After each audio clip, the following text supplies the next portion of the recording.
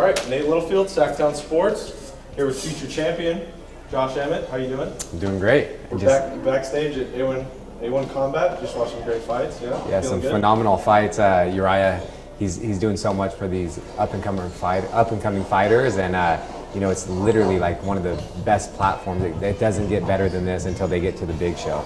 The live atmosphere too was phenomenal. Like I was actually at your first fight here at Golden Center, and here it almost matched that intensity for sure. Yeah, I feel like these intimate arenas, they're just like the crowd is electrifying, and everyone's friends and family are out here, so it's just like, of course they're supporting their own, and it makes for a good night.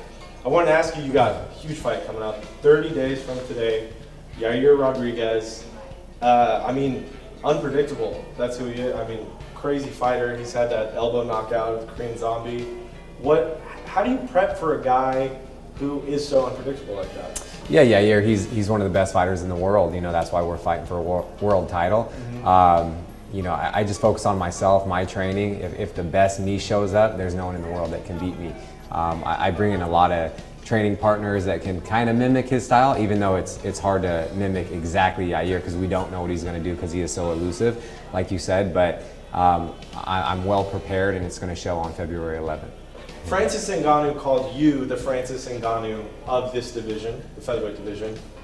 How do you take that from a man who's so big physically and in every way possible? How do you take a compliment like that? Yeah, it's a huge compliment. Coming from the heavyweight champion of the world, he's like the biggest, baddest man on the planet.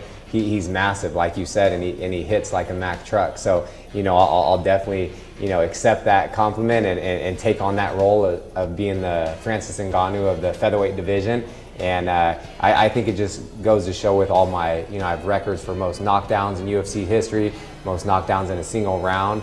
And I constantly can just create these highlight reel knockouts, just one punch power that just puts people unconscious, and that's why I think he gave me that compliment. You posted this quote, and it's, "Today I will do what others won't, so tomorrow I can accomplish what others can't." That's from Jerry Rice, mm-hmm. ex-49er, best football player of all time. I'll say it.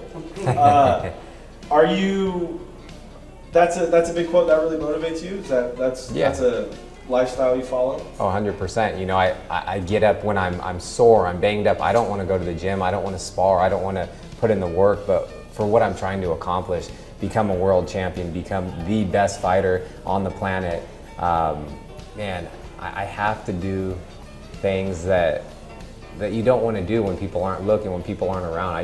I constantly structure my training regimen. I have a schedule and I just stick to it. Like it's my job, so no matter what, I have practice in the morning, afternoon, night. I'm doing my recovery sessions. I'm doing my lifting, strength and conditioning, and my outside running. It's a full-time job with overtime, and I say that time and time again, and it's going to show, because you can't cheat the system. You can't cheat this. Like if you show up and you have not put in the work, it's going to show on game day or fight night, and that won't be the case for me, at least. I know Jerry specifically got a route in San Francisco he ran. He called it the Hill. Do you have anything like that? Like a certain, it doesn't have to be like a route you run, but like a certain routine you hit that is just like used over and over that you drill? Yeah. So with conditioning, I would run Monday through Saturday, mm-hmm. An hour every single day at the end of the day, no matter what.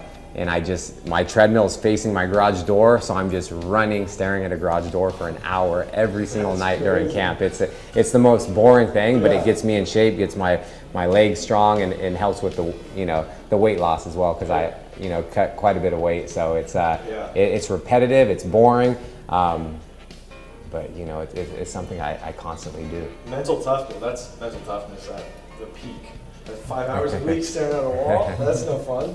Yeah, not at all. We're kind of going through a sports boom right now in Sacramento. Yeah. It really starts and ends with the Kings, because they're, we got that laser in the sky every night. Yeah. We got Golden One Center selling out.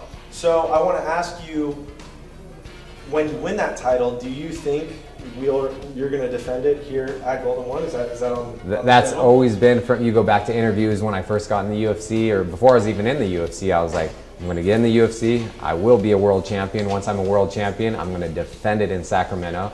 You know, it was always a goal of mine to fight at Arco back in the day, and then once they built Golden One Center, I got to fight there in 2016 and in 2019, and you better believe when I do win this world title, I want them to light the beam for me.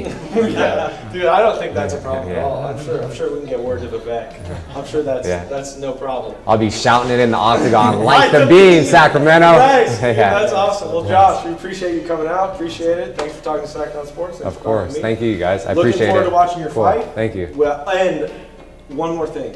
Yeah. After you win that title, you're going to do a shoey?